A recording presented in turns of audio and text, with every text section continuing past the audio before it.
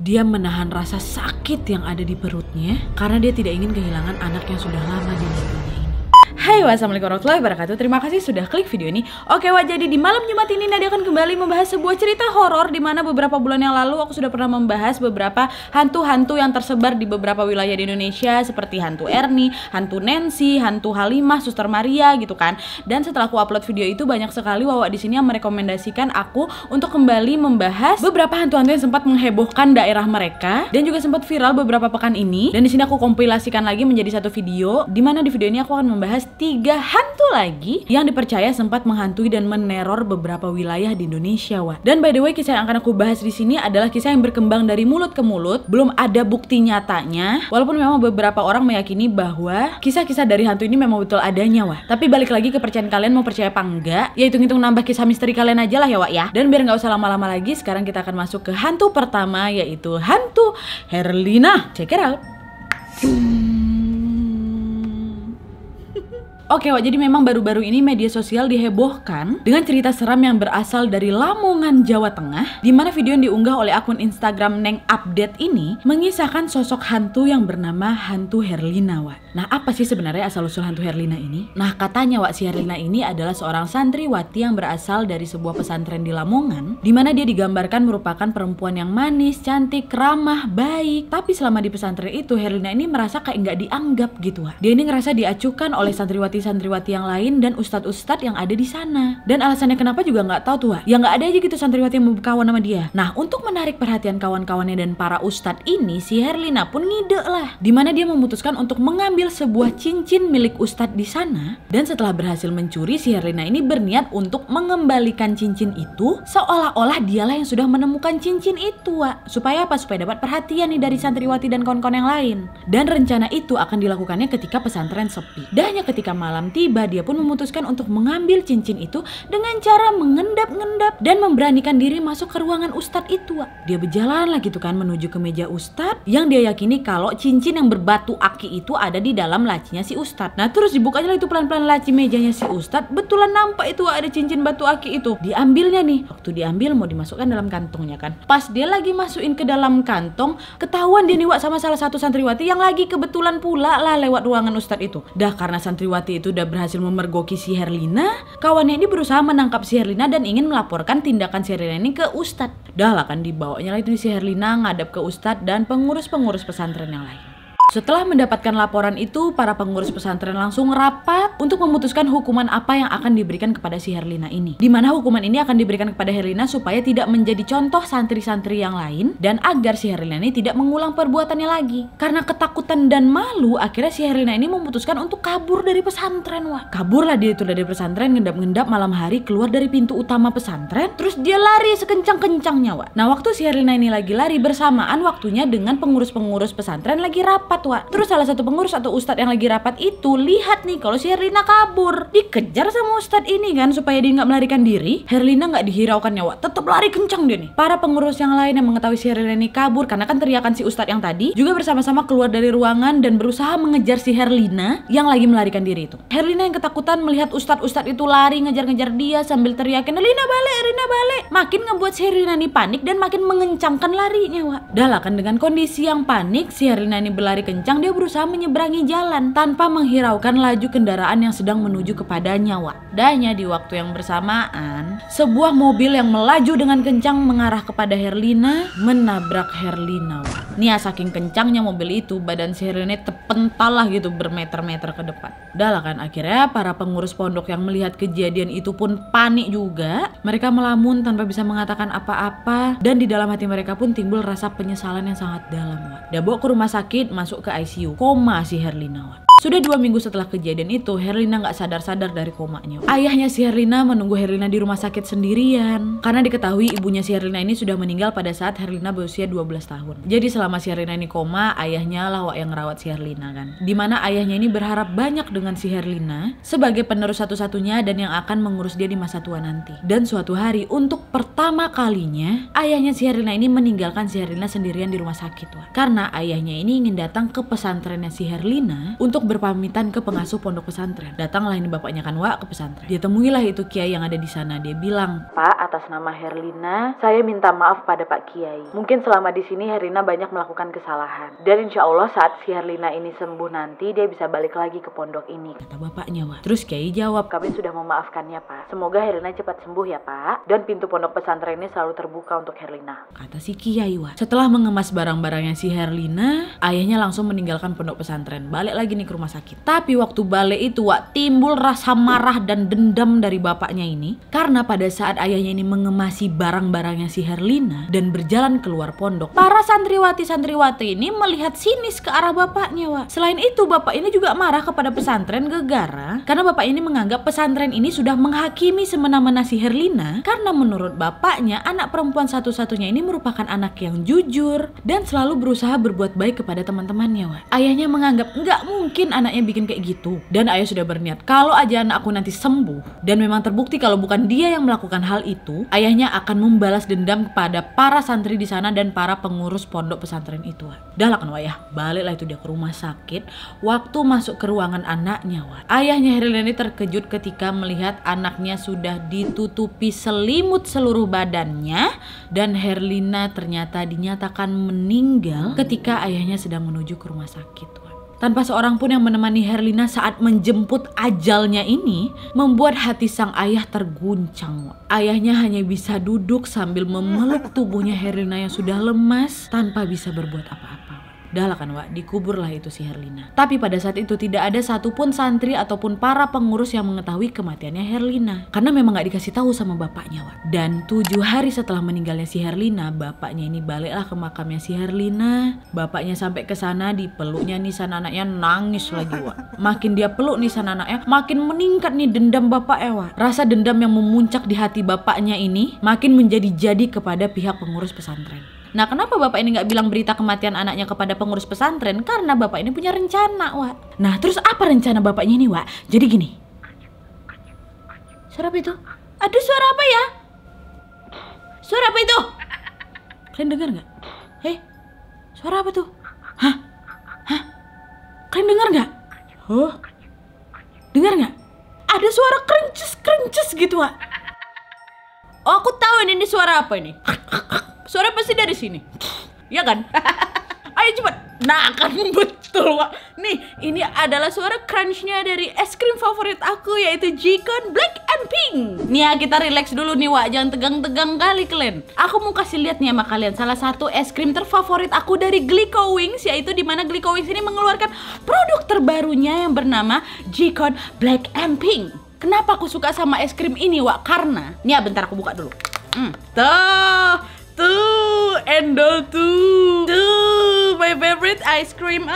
Nah, kenapa Jikon Black and Pink ini merupakan es krim terfavorit aku? Karena produk terbaru dari Glico Wings ini memadukan rasa es krim vanila dengan stroberi yang ngeblend kali, lembut, manis, lelehan saus stroberinya Wak, ya Allah. Enak banget. Dan juga keunikan lainnya, dia black cone, nggak warna-warna yang krem-krem itu, nggak black, cone-nya warna hitam tuh. Jangan sedih Wak, saus stroberinya nggak di atasnya aja, sampai dalam-dalamnya. Seger Wak, tiap gigitan pasti kalian masih dapat saus stroberinya. Nih, masih dapat. Oh, dan kalau udah nyobain cone-nya Wak, makin nagih. Karena apa? Karena crunchy. Kalian juga pasti tipe-tipe orang yang suka cone kan? Apalagi yang crunch. Ya Allah, tuh. Sausnya tuh sampai ke dalam Wak, nggak cuma di atasnya doang, nggak cuma sebagai syarat aja. Enak banget. Tuh, sampai dalam. Sampai dalam sausnya, nggak cuma syarat aja sampai di atas doang. Banyak-banyak makan es krim Wak, biar relax. Apalagi di kondisi pandemi kayak gini kan, udah terlalu lama di rumah aja, mood rasanya nggak karu-karuan, butuh mood booster untuk bikin hari makin semangat gitu. Nah ini nih, aku suka kali makannya. Aku juga sebenarnya udah nggak meragukan lagi sih es krim dari Glico Wings, karena aku juga termasuk favorit banget dengan es krim Glico Wings. Selain memang rasanya enak, harganya juga murah-murah Wak. Kalian tahu ini nih ya berapa harganya? 5.000 aja. 5.000 Wak, tenan 5.000 rupiah. Kalian udah dapat es krim Jikon Black and Pink ini dengan paduan rasa es krim vanilla, pakai saus yang nggak cuma syarat di atas doang sampai dalam-dalam, terus konnya unik warna hitam crunch pula. Dan jangan sedih kalian, pengolahan dari es krim Glico Wings ini sudah mengedepankan teknologi dari Jepang Wak. Jadi nggak usah nunggu lama-lama lagi. Abis nonton video ini kalian langsung stok es krim Jikon Black and Pink ini sebanyak-banyaknya di rumah kalian. Kasih mama, bapak, adik, kakak, abang kalian, tetangga-tetangga kalian, saudara kalian, kasih semuanya. Supaya apa? Supaya memberikan situasi yang lagi down bisa senang lagi. Supaya bisa mengembalikan mood untuk melanjutkan kegiatan-kegiatan yang lebih bermanfaat lagi. Supaya bisa membangkitkan mood setelah melakukan kegiatan yang melelahkan. Bisa memberikan kebahagiaan kepada orang, bisa menyenangkan diri sendiri juga karena makan es krim ya kan? Cus Wak, langsung kunjungi toko retail modern terdekat tempat kalian. Langsung cari, Pak ada Jikon Black and Pink nggak? Langsung kalian borong banyak-banyak ya Wak ya. Cuma Rp5.000. Nih, tuh. Jangan lupa Wak ya. Aku mau makan lagi. Terima kasih Glika Wings.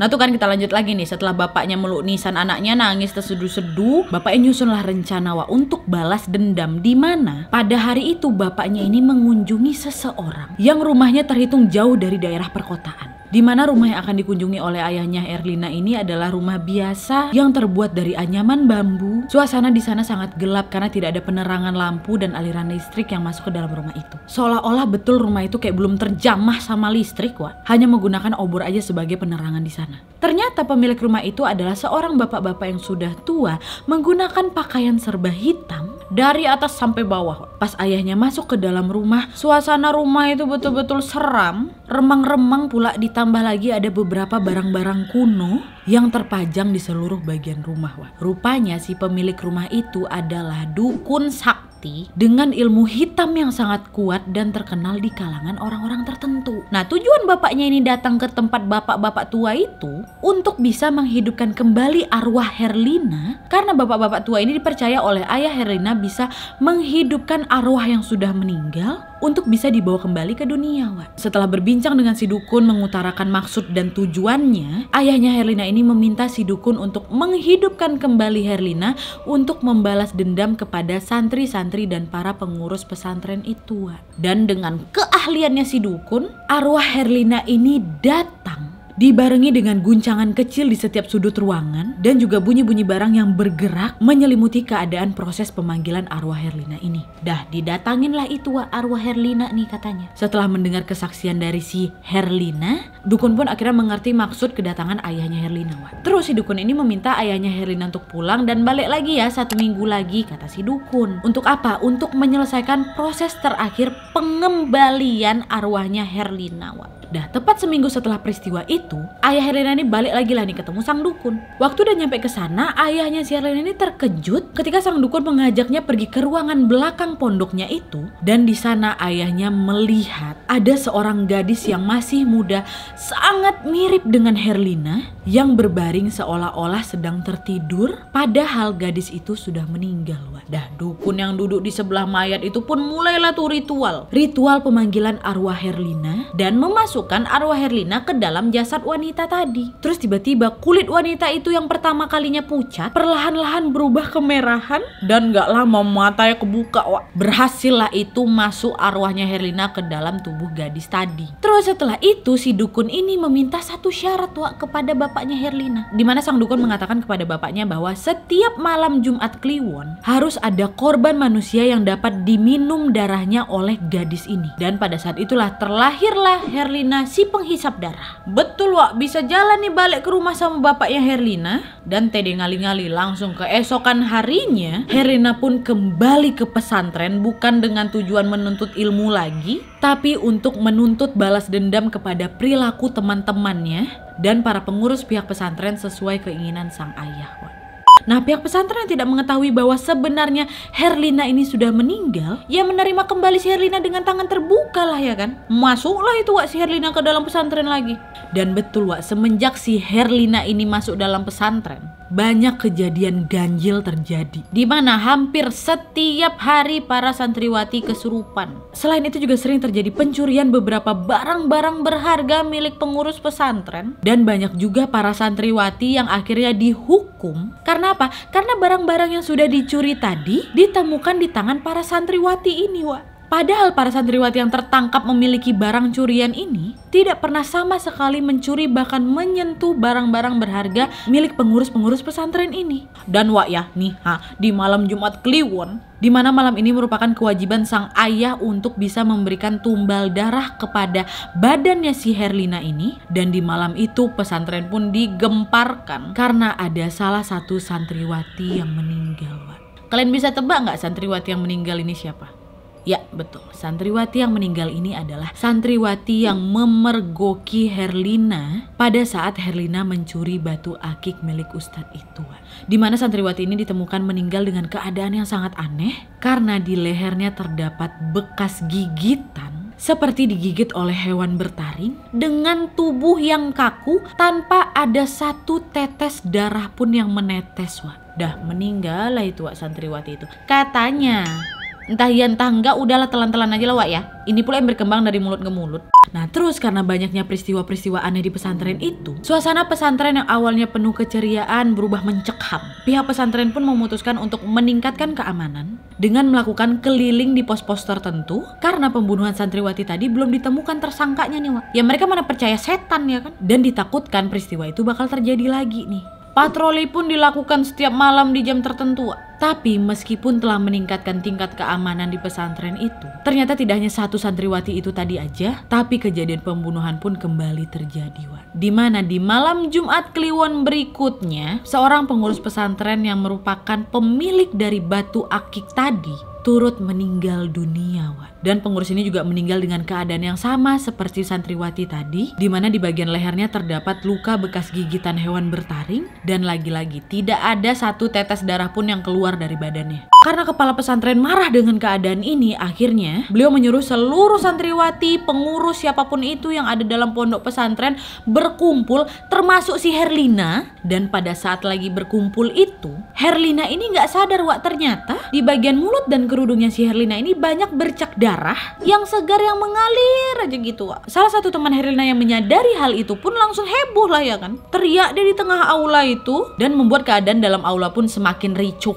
Dan wak ya, dalam sekejap tiba-tiba si Herlina ini langsung berubah sosok menjadi perempuan berbaju merah mengeluarkan taring dengan tawa yang menyeramkan. Para pengurus pesantren langsung bingung, panik melihat kejadian itu. Mereka langsung berkumpul untuk melindungi diri, hingga ada seorang anak laki-laki berusia sekitar 20 tahunan tua yang menggunakan baju muslim lengkap dengan tasbih di tangannya. Dan pria itu pun langsung mengumandangkan doa, dan hantu merah itu seketika langsung menatap pria tadi dan ketawanya makin keras melihat apa yang dilakukan oleh si pria muda tadi. Setelah menyelesaikan doanya yang panjang, pria muda itu langsung memutuskan tali tasbihnya dan seluruh butiran tasbih digenggamnya di dalam tangannya dan langsung dilemparkan ke tubuh Herlina tadi. Dan setelah dilemparkan tadi, suara tawa yang keras berubah menjadi suara rintihan kesakitan dan tubuh hantu itu pun terbang keluar aura mengitari pesantren itu. Pemuda itu pun langsung berlari mengejar si hantu tadi dan akhirnya hantu itu pun menghilang di antara semak-semak yang tidak jauh dari pekarangan pesantren. Yang membuat mengerikan itu adalah nggak cuma 1-2 santriwati yang lihat, wak. Semua orang yang ada di pesantren itu katanya betul-betul menyaksikan jelas kejadian mengerikan itu, wak.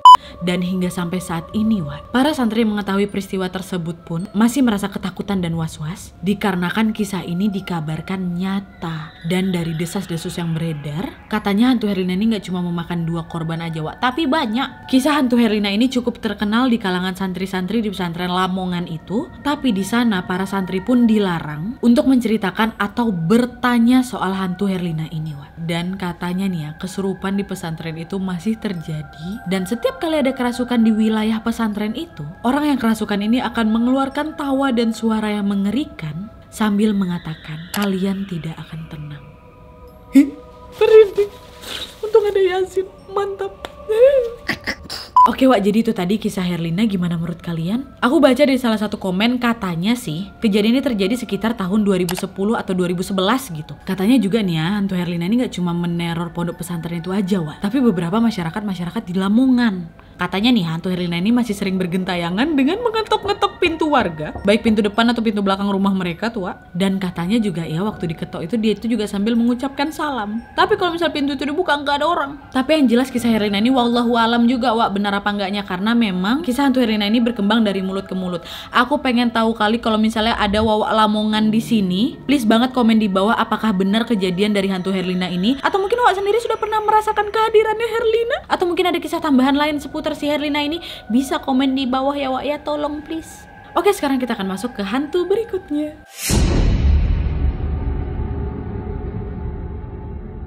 Nah, hantu yang kedua adalah hantu Farah yang ada di SMA Jakarta, Wak. Kalau seandainya di Bandung ada yang namanya hantu Nancy, di Jakarta ada juga nih, Wak, hantu Farah. Nah, SMA-nya di mana aku nggak mau kasih tahu, kalian cari tahu aja sendiri ya. Di mana SMA yang berada di Jalan Pasar Baru Jakarta ini memang sudah terkenal angkernya, Wak. Tahu nggak umur SMA ini udah berapa tahun, Wak? 150 tahun usia bangunannya ini. Nah, katanya dulu ya sekitar tahun 1985 ada seorang murid yang bersekolah di sana bernama Farah meninggal dunia, Wak. Farah ini digambarkan sosok perempuan yang cantik, baik hati, ramah, tapi juga dikenal malas, Wak. Nah, pada suatu hari si Farah ini disuruh balik sama gurunya untuk menjemput PR matematikanya yang tertinggal. Waktu si Farah ini keluar dari sekolah, dia mau nyebrang, Wak, nggak nengok kiri kanan, ketabrak mobil, meninggal. Tapi sebenarnya ada juga desas-desus lain seputar kematian si Farah ini. Ada yang bilang dia ketabrak, ada yang bilang dia ini diperkosa, ada yang bilang dia ini dibunuh. Legenda kematiannya sampai sekarang pun gak pernah usai, Wak. Nah, beberapa hari setelah si Farah ini meninggal, tiba-tiba di langit-langit kelasnya si Farah ada tulisan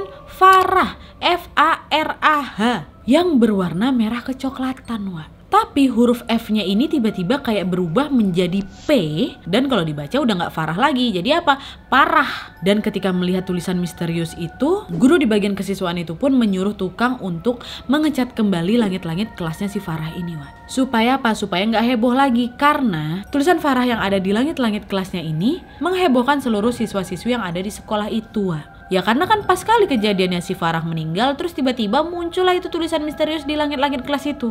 Anak-anak yang harusnya konsen jadi nggak konsen, jadi ketakutan. Tulisan misterius ini dengan peristiwa kematiannya si Farah. Dari situ juga muncul desas-desus yang mengatakan bahwa yang menulis tulisan Farah di langit-langit itu adalah si Farah sendiri. Dimana katanya si Farah ini menyimpan rasa sakit hati kepada gurunya yang memaksa dia untuk mengambil PR-nya di rumah. Karena kalau aja dia nggak balik jemput PR-nya di rumah itu, dia mungkin nggak meninggal gitu, Wak. Dan setelah langit-langit itu dicek, mau percaya apa enggak kalian, tulisannya muncul kembali, Wak. Dicat lagi, muncul lagi, dicat lagi, muncul lagi. Akhirnya udah malas lagi dicat. Nah, dari situlah banyak orang percaya bahwa sepertinya yang menulis tulisan di langit-langit itu adalah arwah Farah yang masih mati penasaran, Wak. Dan sebenarnya SMA U ini juga memang terkenal dengan keangkerannya, Wak. Nggak cuma hantu Farah aja. Ada juga penampakan suster tanpa kepala yang tiba-tiba muncul dari tirai tebal di jendela sekolah itu, Wak. Dan pintu kelas serta jendela di sekolah itu sering terbuka tutup sendiri. Bukan karena angin, Wak, bukan. Karena nih ya, pas lagi jam pelajaran, lagi hening semua, lagi fokus belajar, tiba-tiba pintu yang dalam keadaan tertutup terceklek tuh, gak yang ketutup biasa, nggak keceklek, kekait, tiba-tiba kebuka sendiri.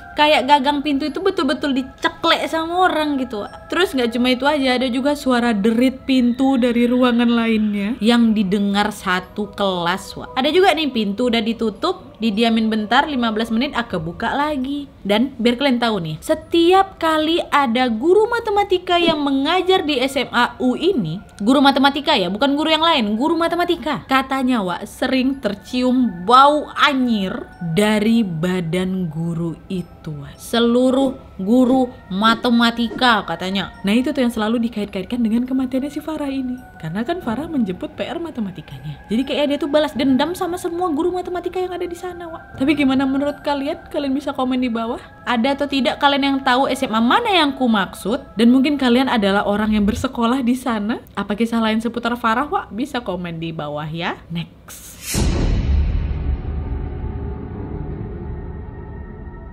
Dan yang terakhir adalah hantu Lasmi di Bandung lagi. Nah, baru-baru ini ada viral sebuah cerita horor dari sebuah akun Twitter yang bernama Valen Zaman, di mana Valen ini menceritakan pengalamannya berinteraksi dan mendengar kisah hidup kuntilanak merah yang selama ini menjaga adiknya, di mana kuntilanak merah ini bernama Lasmi. Tapi nggak cuma syarat akan horornya aja, kisah dari Lasmi ini juga sedikit menyentuh. Jadi gini, dulu itu adalah seorang wanita bernama Lasmi. Lasmi ini merupakan sinden di zaman penjajahan Belanda. Semasa hidup dia ini menikah dengan seorang laki-laki bernama Asep yang merupakan peniup seruling dari grup pengiringnya. Menurut Valen, cerita ini berasal dari hantu Lasmi ini, di mana Lasmi ini bercerita kepada si Valen tentang dirinya dengan medium adiknya si Valen ini sendiri. Nah, jadi ceritanya sebelum si Lasmi ini bergentayangan, lebih dari 100 tahun yang lalu si Lasmi ini merupakan seorang perempuan yang hidup di zaman penjajahan Belanda.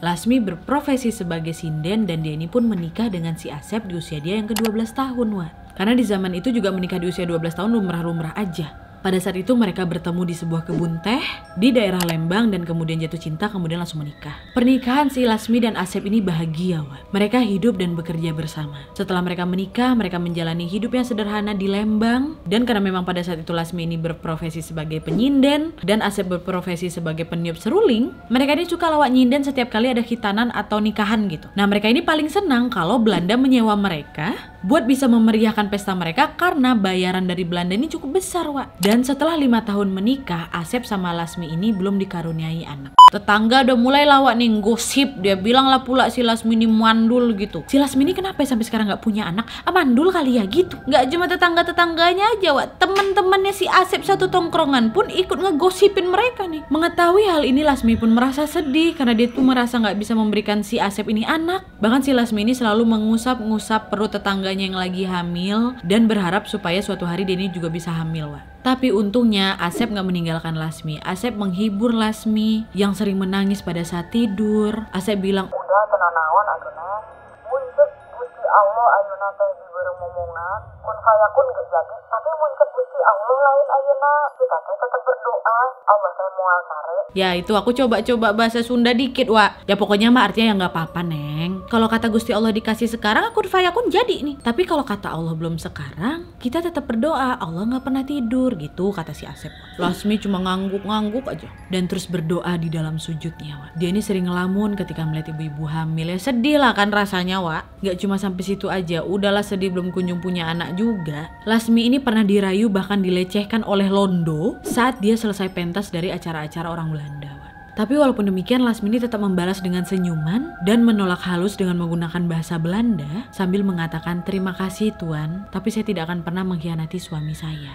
Londo itu tertawa sambil menepuk pantatnya si Lasmi sebelum akhirnya meninggalkan si Lasmi pergi. Lasmi senyum aja tetap sambil menahan tangis. Kejadian itulah yang membuat dia merasa semakin sedih dan merasa tidak pantas menjadi seorang ibu. Melihat istri yang sangat bersedih hati, Asep selalu meyakini Lasmi bahwa dia tidak akan meninggalkan Lasmi walaupun mereka ini belum dikaruniai keturunan, Dan alhamdulillahnya, setelah 10 tahun pernikahan mereka, Lasmi pun akhirnya hamil, Lasmi dan Asep pun sangat senang. Lasmi selalu mengusap-ngusap perutnya sambil melantunkan doa. Para tetangga berhenti menggunjingkan mereka dan semuanya berubah menjadi doa, Tapi di titik ini sebenarnya Asep lagi sakit-sakitan, karena dia memiliki penyakit gula turun-temurun. Tapi setelah mengetahui bahwa istrinya ini hamil, Asep yang kala itu sakit gulanya semakin parah, mulai menemukan semangatnya kembali. Dimana Asep kembali bekerja seperti biasa, karena pada masa si Asep ini sakit, Lasmi lain cari duit kan, Asep udah semangat nih gara-gara Lasmi hamil. Disuruhnya lah bininya di rumah aja, dia yang kerja. Tapi pada saat hamil muda, si Lasmi ini gak bisa diam sebenarnya, Dia gak betah di rumah sendirian dan dia pun gak tega ngelihat lakinya kerja sendirian. Sampailah akhirnya di suatu hari kejadian tidak terduga terjadi, di mana malam itu selepas kerja, Lasmi berpamitan untuk pulang lebih dulu.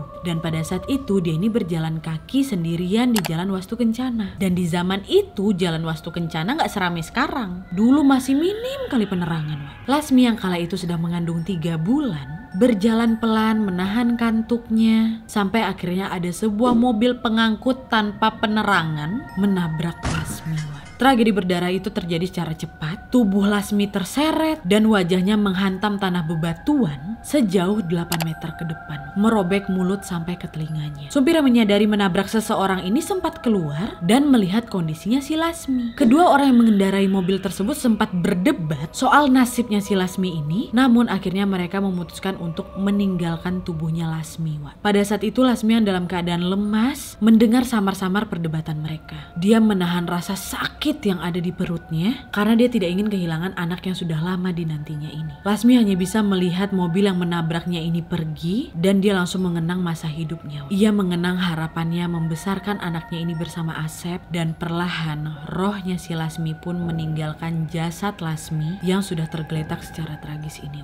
Dan setelah tragedi itulah roh Lasmi berubah menjadi sosok kuntilanak merah pendendam yang selalu menemani suaminya yang kesepian meski dunia mereka sudah berbeda. Sampai akhirnya tepat pukul 5 pagi, jasad Lasmi ditemukan oleh sepasang suami istri yang sedang melewati jalan Wastu Kencana tadi. Suami istri itu pun kaget, mereka kalut langsung panggil warga, dan seorang warga yang mengetahui bahwa jasad tersebut adalah Lasmi langsung membawa jasadnya Lasmi ini dengan andong, dan Asep yang juga sedang menunggu istrinya pulang pun terpukul melihat kematian sang istri.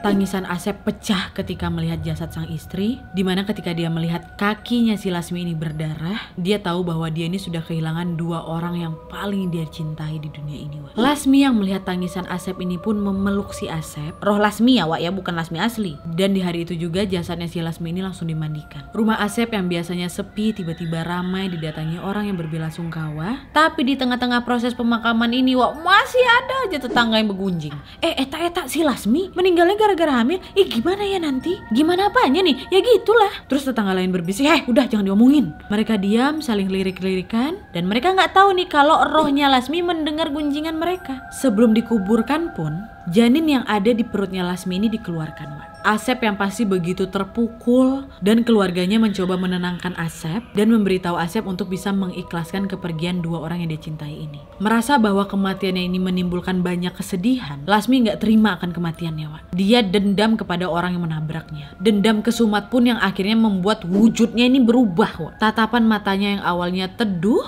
berubah menjadi sorotan merah berdarah. Wajahnya yang ramah berubah menyeramkan. Saat dia menyadari bahwa sosoknya ini sudah berubah menjadi kuntilanak merah, dia berteriak dan tertawa melengking. Sebuah tawa yang menakutkan sekaligus memilukan. Dan dipercaya setelah kematiannya ini, Lasmi tetap datang menemani sang suami yang kesepian. Lasmi tahu bahwa usahanya ini sia-sia, tapi dia ini masih ingin dekat dengan sang suami. Dan katanya sampai saat ini Lasmi selalu menunggu di tempat dia meninggal, menunggu mobil yang menabraknya melintas. Tepatnya di jalan Wastu Kencana tadi, di mana dia ini akan menunggu mobil yang menabraknya melintas dan membalaskan dendamnya. Oke, jadi itu tadi kisahnya si hantu Lasmi. Gimana menurut kalian? Ada atau tidak Wawa di sini yang sering melewati jalan Wastu Kencana itu? Apakah kalian pernah dengar kisah lainnya seputar hantu Lasmi? Wawa Bandung jangan diam aja kalian, tolong komen di bawah nih ya. Oke Wak, jadi itu tadi kisahnya. Gimana menurut kalian? Yang jelas aku pengen banget dengar komentar dari Wawa Lamongan, Wawa Bandung, sama Wawa Jakarta yang mungkin SMA-nya tadi kalian tahu. Apakah kalian sudah pernah mendengar kisah dari 3 hantu yang aku sebutkan tadi? Dan aku pengen banget tahu informasi tambahan yang kalian tahu tapi tidak aku sebutkan di sini ya Wak ya. Please komen di bawah. Tapi yang jelas aku kembalikan lagi kisah ini kepada kalian semua. Kalian boleh percaya apa tidak. Gak usah dipercaya-percaya kali betul. Juga ini kisahnya gak ada bukti nyatanya, cuma berkembang dari mulut ke mulut. Kalian percaya ya sudah, gak percaya juga gak apa-apa. Ya jadikan aja lah kisah-kisah ini sebagai koleksi cerita horor kalian ya kan. Tapi yang jelas nih ya, supaya kita dijauhi dari setan-setan kayak gini, jangan lupa berdoa Wak. Most powerful itu. Tengok tadi hantu situ. Hantu siapa? Herlina. Terbakar deh, dilemparin butiran tasbih yang udah didoain kan. Rajin-rajin aja berdoa Wak, pasti setan takut. Dan juga kalau misalnya secara aku pribadi, aku percaya kalau misalnya hantu Herlina, hantu Lasmi, hantu Farah itu hantu-hantu yang menjelma ini adalah kerjaannya jin yang memperdaya manusia dengan menyerupai ketiga sosok tadi itu. Kalau aku percayanya mah kayak gitu. Kalau aku sih ya orang mati aja gitu loh Wak. Tapi balik lagi pada kalian ya. Kalian harus pintar menyikapi dengan bijaksana kisah-kisah horor yang kalian dengar, termasuk kisah yang aku sampaikan ini ya. Dan yang jelas selalulah berdoa dimanapun dan kapanpun kalian berada Wak. Ingat, mantap. Oke Wak, jadi sekian dulu videonya. Terima kasih yang sudah menonton. Kalau kalian suka video ini, klik like-nya. Jangan lupa komen di bawah untuk ide dan saran-saran untuk video selanjutnya. Jangan lupa nyalain notifikasinya supaya kalian tahu kalau aku upload video baru. Dan sobat, jangan lupa untuk klik tombol subscribe supaya kalian sama-sama tahu informasi menarik dan menegangkan dari channel aku. See you next video. Wak, bye. Di prank lagi dong.